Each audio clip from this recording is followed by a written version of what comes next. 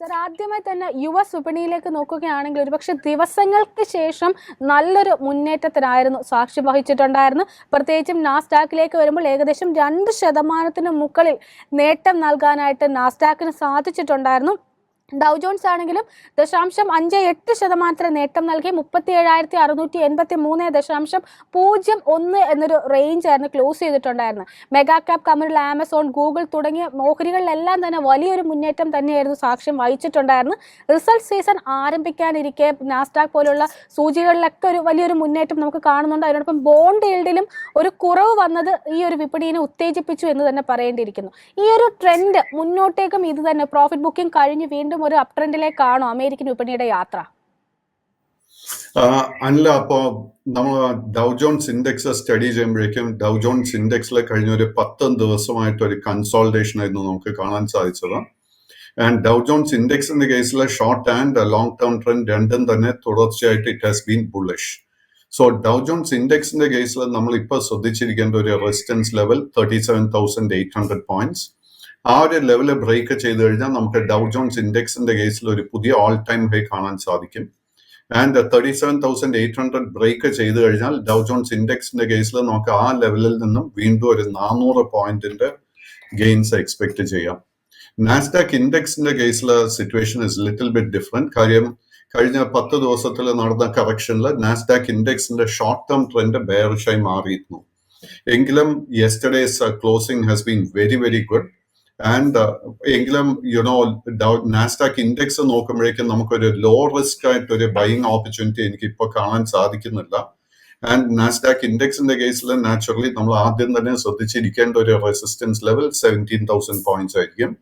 17,000 resistance break ചെയ്യാൻ സാധിച്ചു കഴിഞ്ഞാൽ naturally Nasdaq index short term trend will again turn very very bullish. Now coming to ആമസോണിന്റെ കേസിൽ കഴിഞ്ഞ 10 ദിവസമായിട്ട് നല്ലൊരു കറക്ഷൻ ആയിരുന്നു. ആമസോണിന്റെ കേസ് എടുക്കുമ്പോഴേക്കും $145 വളരെ സ്ട്രോങ് സപ്പോർട്ട് ഉണ്ട്. ആ ഒരു സപ്പോർട്ടായിരുന്നു നിലനിർത്താൻ സാധിച്ചത്. And my expectation is that ഈ ലെവലിൽ നിന്നും ആമസോണിൽ നമുക്ക് ഓൾമോസ്റ്റ് ഒരു $15 നേട്ടം എക്സ്പെക്ട് ചെയ്യാൻ സാധിക്കും. ബട്ട് നമ്മളിപ്പോൾ മൈക്രോസോഫ്റ്റിന്റെ കേസ് എത്തുമ്പോഴേക്കും മൈക്രോസോഫ്റ്റ് കഴിഞ്ഞ ഒരു 2-3 ആഴ്ചകളായിട്ട് ഒരു കൺസോൾട്ടേഷൻ ആയിരുന്നു നടത്തിയത്. അറൌണ്ട് $365 അടുത്ത് വളരെ സ്ട്രോങ് സപ്പോർട്ട് ഉണ്ട്. ആൻഡ് മൈക്രോസോഫ്റ്റിന്റെ കേസ് എടുക്കുമ്പോഴേക്കും നമ്മൾ ശ്രദ്ധിച്ചിരിക്കേണ്ട ഒരു major resistance is around $380. Sir, commodity വിപണിയിലേക്ക് വരികയാണ് എന്നുണ്ടെങ്കിൽ ക്രൂഡിൽ തന്നെ ഒരു ദിവസങ്ങൾക്ക് ശേഷം ഒരു സ്റ്റെബിലിറ്റി ആയിരുന്നു നമുക്ക് കാണാൻ സാധിച്ചത്. പ്രത്യേകിച്ചും ഇന്നലെ നോക്കുകയാണെങ്കിൽ 3% മുകളിൽ വരെ ഇൻട്രാഡേയിൽ ക്രൂഡിൽ ഒരു ഇടിവ് രേഖപ്പെടുത്തിയിട്ടുണ്ടായിരുന്നു. എന്നാൽ വീണ്ടും ആ ഒരു ഇടിവ് റിക്കവർ ചെയ്തുകൊണ്ട് നേരിയൊരു നേട്ടത്തിൽ $76 മുകളിൽ വ്യാപാരം ചെയ്യാൻ സാധിച്ചിട്ടുമുണ്ടായിരുന്നു. ഈ ഒരു സാഹചര്യത്തിൽ ക്രൂഡുമായി ബന്ധപ്പെട്ട് സാറിൻ്റെ ഒരു വിലയിരുത്തൽ എന്താണ്? നിലവിൽ 0.4% നേട്ടത്തിൽ ബാരലിന് $71.05 എന്നൊരു നിലവാരത്തിൽ WTI ക്രൂഡ് വ്യാപാരം പുരോഗമിക്കുന്നത്. ബ്രണ്ടിലേക്ക് വരുമ്പോഴും 0.49% നേട്ടത്തിൽ 76.48 എന്നൊരു റേഞ്ചിലാണ്. സപ്ലൈ കൂടുതൽ വർദ്ധിക്കുന്നു. അതുപോലെ തന്നെ ഈ ഒരു 2024 കലണ്ടർ ഇയർ എന്ന് പറയുന്നത് ഡിമാൻഡ് കുറവായിരിക്കും. ഏറ്റവും വലിയ ഇമ്പോർട്ടർ ആയിട്ടുള്ള ചൈന ഉൾപ്പെടെയുള്ള എക്കോണമികളിൽ ഈ ഒരു ക്രൂഡിന്റെ ഡിമാൻഡ് കുറയുന്നു എന്നുള്ള റിപ്പോർട്ടുകളൊക്കെ വരുന്നുണ്ട്. ഈ ഒരു സാഹചര്യത്തിൽ ക്രൂഡുമായി ബന്ധപ്പെട്ട് സാറിന്റെ ഒരു ലോങ് ടേം വിലയിരുത്തൽ എന്താണ്? The long-term trend continues to be very, very bearish. ക്രൂഡിന്റെ ലോങ് ടേം ട്രെൻഡ് ബുള്ളിഷായി മാറണമെങ്കിൽ ക്രൂഡ് $81 റെസിസ്റ്റൻസ് ബ്രേക്ക് ചെയ്യണം. അത് എളുപ്പമായിരിക്കത്തില്ല. എങ്കിലും ഡിസംബർ മാസത്തിലെ ക്രൂഡിന്റെ I'm talking light sweet ക്രൂഡിന്റെ കേസിൽ $67-68 നമുക്ക് ഡിസംബർ മാസത്തിൽ നല്ലൊരു സപ്പോർട്ട് ബേസ് ആയിരുന്നു ഫോം ചെയ്തത്. ആൻഡ് എൻ്റെ ഒരു എക്സ്പെക്ടേഷൻ ആ ഒരു സപ്പോർട്ടിൽ നിന്നും അറ്റ്ലീസ്റ്റ് ഷോർട്ട് ടേം ട്രെൻഡ് തിരിച്ച് ബുള്ളിഷായി മാറുമെന്നാണ് ഞാൻ എക്സ്പെക്ട് ചെയ്തുകൊണ്ടിരുന്നത്. ആൻഡ് ആ എക്സ്പെക്ടേഷനിൽ ആക്ച്വലി ഇപ്പോഴും വലിയ മാറ്റമൊന്നുമില്ല. ആൻഡ് ഇന്നലെ ഞാൻ എക്സ്പെക്ട് ചെയ്തത് was that crude oil $75 resistance break ചെയ്യുമെന്നാണ് ഞാൻ വിചാരിച്ചത്. അത് സംഭവിച്ചിട്ടില്ല. സോ നമ്മളിപ്പോൾ എന്താ ചെയ്യേണ്ടതെന്ന് വെച്ച് കഴിഞ്ഞാൽ $75 റെസിസ്റ്റൻസ് തന്നെ ശ്രദ്ധിച്ചിരിക്കുക. കാര്യം $75 റെസിസ്റ്റൻസ് ബ്രേക്ക് ചെയ്യാൻ സാധിച്ചു കഴിഞ്ഞാൽ ക്രൂഡിൽ നമുക്ക് $4 മുതൽ $6 നേട്ടം എക്സ്പെക്ട് ചെയ്യാം. ബട്ട് എങ്കിലും ഇന്നലത്തെ മേജർ ഒരു സെല്ലിങ്ങിനെ തുടർന്ന് short term trend again is becoming little bit vulnerable to ബെയറിഷ്നെസ്. അപ്പൊ അതിനെ തുടർന്ന് നമുക്കിപ്പോ നമ്മളൊരു ലോങ് പൊസിഷൻ എടുക്കണമെങ്കിൽ $75 റെസിസ്റ്റൻസ് ബ്രേക്ക് ചെയ്യണം. അതേസമയം സപ്പോർട്ടായിട്ട് നമ്മൾ ഇപ്പൊ ശ്രദ്ധിച്ചിരിക്കേണ്ടത് $69. $69 സപ്പോർട്ട് ബ്രേക്ക് ചെയ്താൽ വീണ്ടും ക്രൂഡ് ഓയിലിന്റെ കാഴ്ചപ്പാട് വിൽ ടേൺ ബെയറിഷ്. അങ്ങനെയാണെങ്കിൽ പിന്നീട് നമ്മൾ ലോങ് പൊസിഷൻ ഒന്നും തന്നെ എടുക്കാൻ ശ്രമിക്കരുത്. At this point of time as a share market investors നമ്മൾ ശ്രദ്ധിച്ചിരിക്കേണ്ട 3-4 ഇൻഡസ്ട്രീസ് ഉണ്ട്. എഗെയിൻ ഓയിൽ മാർക്കറ്റിംഗ് കമ്പനീസ് ക്രൂഡിന്റെ വില $69 ബ്രേക്ക് ചെയ്താൽ again it will become bullish. Tyre കമ്പനീസിൽ നമുക്ക് ശ്രദ്ധ കൊടുക്കാം. അതുപോലെ തന്നെ നല്ല ബുള്ളിഷ് സെറ്റപ്പ് ഫോം ചെയ്തിരിക്കുന്നത് it is actually in the fertiliser stocks. So fertiliser stocks എടുക്കുമ്പോഴേക്കും ഇപ്പൊ ചെമ്പൽ ഫെർട്ടിലൈസർ എടുത്തു കഴിഞ്ഞാൽ നല്ല ബുള്ളിഷ് സെറ്റപ്പ് ഉണ്ട്. ആൻഡ് ചെമ്പൽ ഫെർട്ടിലൈസറിന്റെ കേസ് എടുക്കുമ്പോഴേക്കും അറൌണ്ട് $365 നല്ലൊരു ബുള്ളിഷ് സപ്പോർട്ട് ഫോം ചെയ്തിട്ടുണ്ട്. ആൻഡ് നമുക്ക് ഇതിന്റെ ഫൈനാൻഷ്യൽസിൽ നമ്മളിപ്പോൾ കംഫർട്ടബിൾ ആണെങ്കിൽ തീർച്ചയായിട്ടും നമുക്ക് ലോങ് പൊസിഷൻ കൺസിഡർ ചെയ്യാം. അതുപോലെ തന്നെ ഗവൺമെന്റ് ഓൺഡ് പരാദീപ് ഫോസ്ഫേറ്റ്സിൽ നല്ലൊരു സപ്പോർട്ട് ബേസ് ഫോം ചെയ്ത് വരുന്നുണ്ട്. $75 ആയിരിക്കും അതിന്റെ ഒരു സപ്പോർട്ട്. ആൻഡ് ഈ രണ്ട് അതുപോലെ തന്നെ Madras fertiliser, national fertiliser, FACT മുതലായ ഏത് ഫെർട്ടിലൈസർ സ്റ്റോക്ക് എടുത്താലും നമുക്ക് ബുള്ളിഷ്നെസ് കാണാൻ സാധിക്കുന്നുണ്ട്.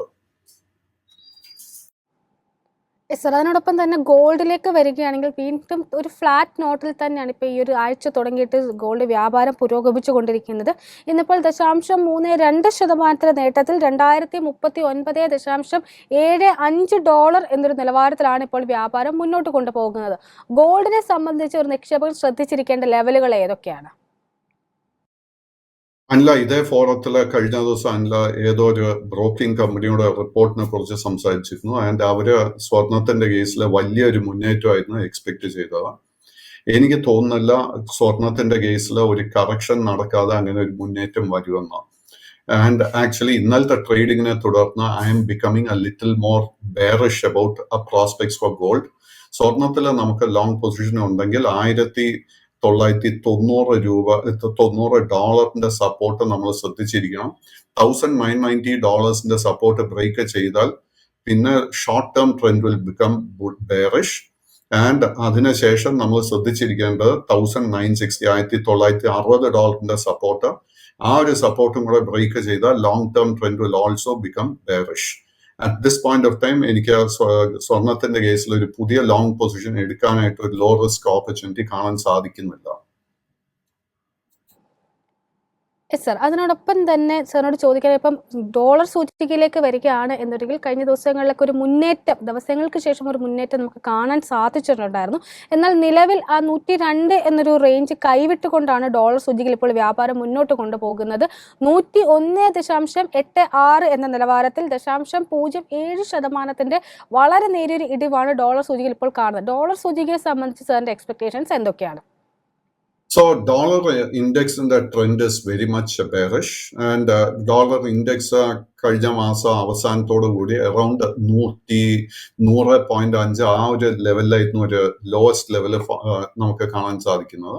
അതിനെ തുടർന്ന് നമ്മൾ കഴിഞ്ഞ ഒരാഴ്ച 10 ദിവസമായിട്ട് നമുക്ക് ഷോർട്ട് കവറിങ് കാണാൻ സാധിക്കുന്നുണ്ട്. നമുക്കിത് ഒരിക്കലും ഒരു ബുള്ളിഷ് ട്രെൻഡായിട്ട് വിലയിരുത്താൻ സാധിക്കത്തില്ല. ഡോളർ ഇൻഡെക്സിന്റെ കേസിൽ തിരിച്ച് ബുള്ളിഷ്നെസ് വരണമെങ്കിൽ ഡോളർ ഇൻഡെക്സ് 104 പോയിന്റിന്റെ മുകളിൽ ക്ലോസ് ചെയ്യണം. And I don't think it is going to be easy.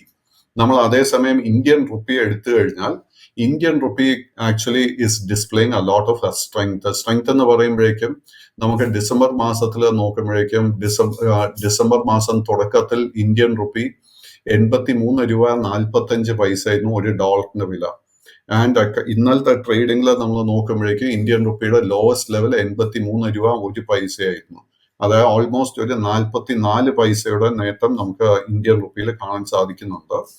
And നമ്മളിപ്പോ ഇന്ത്യൻ റുപ്പിയുടെ കേസിൽ വളരെ മേജർ ഒരു റെസിസ്റ്റൻസ് ആയിട്ട് ശ്രദ്ധിച്ചിരിക്കേണ്ടത് $82.80. എന്റെ ഒരു expectation is that Indian rupee ആ ഒരു ലെവലിലോട്ട് എത്തിച്ചേരുമെന്ന് ഞാൻ വിശ്വസിക്കുന്നത്. But let us wait and see. Yes sir. അതിനോടൊപ്പം തന്നെ ആഭ്യന്തര വിപണിയിലേക്ക് വരികയാണ് എന്നത് തുടക്കത്തിൽ നേരിയ ഒരു ഗ്യാപ്പ് അപ്പ് ഓപ്പണിംഗ് നൽകി ആരംഭിച്ച വിപണി വ്യാപാരത്തിന് അവസാന മണിക്കൂറിലേക്ക് എത്തിയപ്പോൾ ശക്തമായിട്ടൊരു പ്രോഫിറ്റ് ബുക്കിങ്ങിനായിരുന്നു സാക്ഷ്യം വഹിച്ചിട്ടുണ്ടായിരുന്നത്. 0.91% ഇടിവ് രേഖപ്പെടുത്തി 21,513 എന്നൊരു റേഞ്ചിലായിരുന്നു നിഫ്റ്റി വ്യാപാരം അവസാനിപ്പിച്ചിട്ടുണ്ടായിരുന്നത്. അതായത് പല അനലിസ്റ്റുമാരും കണക്കാക്കുന്ന ഇമ്മീഡിയറ്റ് സപ്പോർട്ടായിട്ട് കണക്കാക്കുന്ന 21,500 നിന്നുകൊണ്ടാണ് ക്ലോസിംഗ് നടന്നിരിക്കുന്നത്. ഇൻട്രാഡേ ഹൈയിലേക്ക് നോക്കുകയാണെങ്കിൽ 21,793.95 എന്നൊരു റേഞ്ചും ഇൻട്രാഡേ ലോയിലേക്ക് വരുമ്പോൾ 21,492.9 എന്നൊരു റേഞ്ചുമാണ് രേഖപ്പെടുത്തിയിട്ടുണ്ടായിരുന്നത്. അതായത് 21,500 താഴേക്ക് വരെ ഇന്നലെ വിപണി പോയിട്ടുണ്ടായിരുന്നു. നിഫ്റ്റിയെ സംബന്ധിച്ച് സാറിന്റെ ഒരു വിലയിരുത്തൽ എന്താണ്? ഇന്നും ഈ ഒരു പ്രോഫിറ്റ് ബുക്കിങ്ങിന് തന്നെ ആയിരിക്കുമോ ഒരു നിക്ഷേപകൻ എക്സ്പെക്ട് ചെയ്യേണ്ടത്? സോ നിഫ്റ്റി 50യുടെ കേസ് എടുക്കുമ്പോഴേക്കും നമുക്ക് ഒക്ടോബർ 26ന് ശേഷം നമ്മൾ നിഫ്റ്റി 50യുടെ കേസിൽ ഒരു കറക്ഷനും കണ്ടിട്ടില്ല. ആൻഡ് നിഫ്റ്റി 50യുടെ കേസ് എടുക്കുമ്പോഴേക്കും 21,800 to 22,000 ലെവൽ വളരെ മേജർ ഒരു റെസിസ്റ്റൻസ് ആയിട്ടാണ് ഞാൻ കാണുന്നത്. ആൻഡ് ഇന്നലെ ആയിരുന്നു നമ്മൾ we saw a little bit of a heavy profit taking in the case of the Nifty 50. And as far as the market is concerned, ഞാൻ മാർക്കറ്റ് സ്റ്റഡി ചെയ്യുമ്പോഴേക്കും എനിക്ക് നിഫ്റ്റി ബേസ്ഡ് ഹെവി വെയ്റ്റ്സിൽ ഒരു ലോ റിസ്ക് ബൈയിങ് അവസരം കാണാൻ സാധിക്കുന്നില്ല. That does not mean already front line സ്റ്റോക്സിൽ bearishness വന്നു എന്നല്ല പറയുന്നത്. For example HDFC bank, Reliance industry, ഇതൊക്കെ ലാസ്റ്റ് ആൻഡ് ടൂബ്രോ, ഈ സ്റ്റോക്സ് ഒക്കെ നോക്കിക്കഴിഞ്ഞാൽ the trend is very much bullish. But എങ്കിലും അത്തരം സ്റ്റോക്സിലൊന്നും നമുക്ക് ലോ റിസ്ക് ആയിട്ട് ഒരു ബൈയിങ് ഓപ്പർച്യൂണിറ്റി എനിക്ക് കാണാൻ സാധിക്കുന്നില്ല. സോ നമ്മളിപ്പോൾ മാർക്കറ്റിൽ ഒരു പുതിയ ലോങ് പൊസിഷൻ എടുക്കുന്നുണ്ടെങ്കിൽ നമ്മൾ സ്റ്റോക്ക് സ്പെസിഫിക് ആയിട്ട് തന്നെ മാർക്കറ്റിലോട്ട് എൻറ്റർ ചെയ്യാൻ ശ്രമിക്കണം. ഫോർ എക്സാമ്പിൾ ഞാൻ നേരത്തെ സൂചിപ്പിച്ചതുപോലെ ഫെർട്ടിലൈസർ സ്റ്റോക്സിൽ നമുക്ക് തീർച്ചയായിട്ടും ഒന്ന് അറ്റൻഷൻ കൊടുക്കാം. ബിക്കോസ് വരും ദിവസങ്ങളിൽ I am expecting resurgence in the case of fertiliser stocks. അതുപോലെ നമ്മൾ ഇൻഡസ്ട്രി സ്പെസിഫിക് അല്ലെങ്കിൽ സ്റ്റോക്ക് സ്പെസിഫിക് ആയിട്ട് വേണം നമ്മുടെ സ്ട്രാറ്റജി ഫോം ചെയ്യാനായിട്ട്.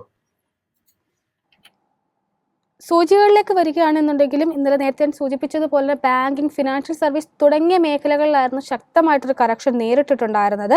നിഫ്റ്റി ബാങ്കിലേക്ക് നോക്കുകയാണെങ്കിൽ 1.47% ഇടിവ് രേഖപ്പെടുത്തിയിട്ടായിരുന്നു വ്യാപാരം അവസാനിപ്പിച്ചിരുന്നത്. 48,000 എന്നൊരു റേഞ്ചും കൈവിട്ടുകൊണ്ടായിരുന്നു വ്യാപാരം അവസാനിപ്പിച്ചിരുന്നത്. 47,450.25 എന്ന നിലവാരത്തിൽ. നിഫ്റ്റിയുടെ ബാങ്കിനെ സംബന്ധിച്ച് സാറിന്റെ ഒരു വിലയിരുത്തൽ എന്താണ്? ഏത് ഓഹരികളിൽ ഒരു ബൈയിങ് ഓപ്പർച്യൂണിറ്റി സാർ കാണുന്നുണ്ടോ? അഗൈൻ നിഫ്റ്റി ബാങ്ക് ഇൻഡെക്സിന്റെ കേസ് എടുക്കുമ്പോഴേക്കും സെയിം സ്റ്റോറി ലൈക്ക് നിഫ്റ്റി 50. അതായത് കഴിഞ്ഞ ഒരു 4-5 ആഴ്ചകൾക്കിടെ നമ്മൾ ഒത്തിരി നേട്ടം കണ്ടിരിക്കുന്നു. ആൻഡ് നിഫ്റ്റി ബാങ്ക് ഇൻഡെക്സിന്റെ കേസ് എടുക്കുമ്പോഴേക്കും നിഫ്റ്റി ബാങ്ക് ഇൻഡെക്സിന് 48,600, 48,700 ആ ഒരു റേഞ്ച് ബ്രേക്ക് ചെയ്യാൻ it is going to be very very difficult. And സപ്പോർട്ടായിട്ട് നമ്മൾ ശ്രദ്ധിച്ചിരിക്കേണ്ടത് 46,800. സോ മൈ എക്സ്പെക്ടേഷൻ കുറെ ദിവസം കൂടെ ഒരുപക്ഷെ Nifty will consolidate, Nifty bank index ഈ ലെവൽസിൽ കൺസോൾഡേറ്റ് ചെയ്യുമെന്നാണ് ഞാൻ വിചാരിക്കുന്നത്. But and again in the case of the banking stocks കാര്യമായിട്ടൊരു വീക്ക്നെസ് ഒന്നും കാണുന്നില്ല. എങ്കിലും ലോ റിസ്ക് ആയിട്ടൊരു ബൈയിങ് ഓപ്പർച്യൂണിറ്റി വളരെ ലിമിറ്റഡ് ആയിട്ട് എനിക്ക് കാണാൻ സാധിക്കുന്നത്. Very few buying opportunities in the case of banking shares. Sir, അതിനോടൊപ്പം തന്നെ സൂചികളിലേക്ക് വരുമ്പോൾ തന്നെ ഇന്നലെ ഒരുപക്ഷെ ഏറ്റവും അധികം ഇടിവ് അല്ലെങ്കിൽ ഡ്രാഗ് ചെയ്തത് FMCG സൂചിക്കായിരുന്നു. ഇന്നലെ നമ്മളുടെ ഫോറത്തിൽ തന്നെ സാർ സംസാരിച്ചിട്ടുണ്ടായിരുന്നു. FMCG സൂചി ലിറ്റിൽ ബിറ്റ് ഓവർ ഹീറ്റ് ആണെന്നുള്ള തരത്തിൽ ആ ഒരു പ്രോഫിറ്റ് ബുക്കിങ്ങിന് നിക്ഷേപകൻ തയ്യാറായിരിക്കണം എന്ന് കൂടി സാർ പറഞ്ഞിട്ടുണ്ട്. ഇന്നലെ ഇപ്പോൾ FMCGയിലേക്ക് 1.72% ഇടിവ് രേഖപ്പെടുത്തി 56,672.85 എന്നൊരു റേഞ്ചായിരുന്നു ക്ലോസ് രേഖപ്പെടുത്തിയിട്ടുള്ളത്. FMCGയെ സംബന്ധിച്ചൊരു നിക്ഷേപകൻ സ്വീകരിക്കേണ്ട നിലപാടുകൾ ഏതൊക്കെയാണ്? FMCG എടുക്കുമ്പോഴേക്കും again we have got to go stock specific. For example നമ്മളിപ്പോൾ ഹിന്ദുസ്ഥാൻ ലീവർ എടുത്തു കഴിഞ്ഞാൽ ഹിന്ദുസ്ഥാൻ യൂണിലീവറിൽ ഈ ഒത്തിരി കൺസോൾട്ടേഷന് ശേഷമായിരുന്നു ഡിസംബർ മാസത്തിൽ നമ്മളൊരു റിക്കവറി ആൻഡ് അപ്വേർഡ് മൂവ്മെന്റ് കണ്ടത്. ബട്ട് ആൻഡ് ഹിന്ദുസ്ഥാൻ യൂണിലീവറിൽ കഴിഞ്ഞ ഒരാഴ്ചയായിട്ട് നല്ലൊരു കറക്ഷൻ നടക്കുന്നുണ്ട്. ബട്ട് ഹിന്ദുസ്ഥാൻ യൂണിലീവറിൽ നമുക്ക് ലോ റിസ്ക് ബൈയിങ് ഓപ്പർച്യൂണിറ്റി കാണാൻ സാധിക്കുന്നില്ല. നമ്മൾ but at the same time നമ്മുടെ കൈവശം ഓൾറെഡി ലോങ് പൊസിഷൻ ഉണ്ടെങ്കിൽ തീർച്ചയായിട്ടും അത് മെയിൻറ്റെയിൻ ചെയ്യാൻ സാധിക്കും. നെസ്ലയുടെ കേസ് എടുക്കുമ്പോഴേക്കും നെസ്ലയിലെ കഴിഞ്ഞ ദിവസം ഒരു ബോണസ് ഇഷ്യൂ സ്റ്റോക്ക് സ്പ്ലിറ്റ് നടന്നിരുന്നു. So trend is very much bullish. ഒരു പ്രോബ്ലം നെസ്ലയുടെ കേസിൽ കാണാൻ സാധിക്കുന്നില്ല. കോൾഗേറ്റിന്റെ കേസ് എടുക്കുമ്പോഴേക്കും കോൾഗേറ്റിലെ കറക്ഷൻ ഒന്നും തന്നെ നടന്നിട്ടില്ല. കോൾഗേറ്റ് ട്രേഡ് ചെയ്യുന്ന it's trading around it's record all time high around 2520 level. ആ ഒരു ലെവൽ യുനോ ഒരു വീക്ക്നെസ് കാണുന്നില്ല. ആ ഒരു ലെവലിൽ നിന്നും ഒരു ബെയറിഷ്നെസ് കാണിക്കണമെങ്കിൽ Colgate has to break below 2440. 2440 support break ചെയ്യണം. I don't think that is going to be easy. Godrej consumer products എടുക്കുമ്പോഴേക്കും ഗോദ്രേജ് കൺസ്യൂമർ പ്രോഡക്റ്റ് ആയിരുന്നു നവംബറിന് ശേഷം ഒത്തിരി നേട്ടം നൽകിയ സ്റ്റോക്സിൽ ഒന്ന്. ആൻഡ് ഇന്നലെ ആയിരുന്നു ആദ്യമായിട്ട് നമ്മൾ ഗോദ്രേജിന്റെ കേസിൽ നല്ലൊരു കറക്ഷൻ കാണാൻ സാധിച്ചത്.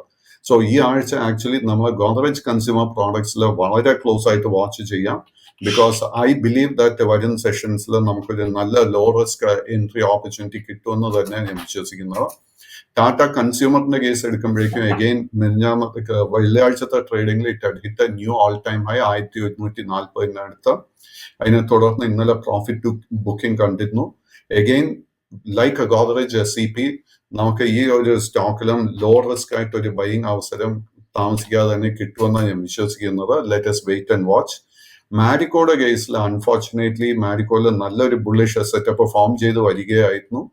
ഇന്നലെ വീണ്ടും കനത്ത സെല്ലിംഗ് കാണാൻ സാധിച്ചു. സോ അതിനെ തുടർന്ന് again the trend has become bearish. So അതിൽ തിരിച്ചൊരു കൺസോൾട്ടേഷൻ വന്നതിന് ശേഷം മാത്രമേ നമുക്കൊരു പുതിയ ലോങ് പൊസിഷൻ എടുക്കാൻ സാധിക്കത്തുള്ളൂ.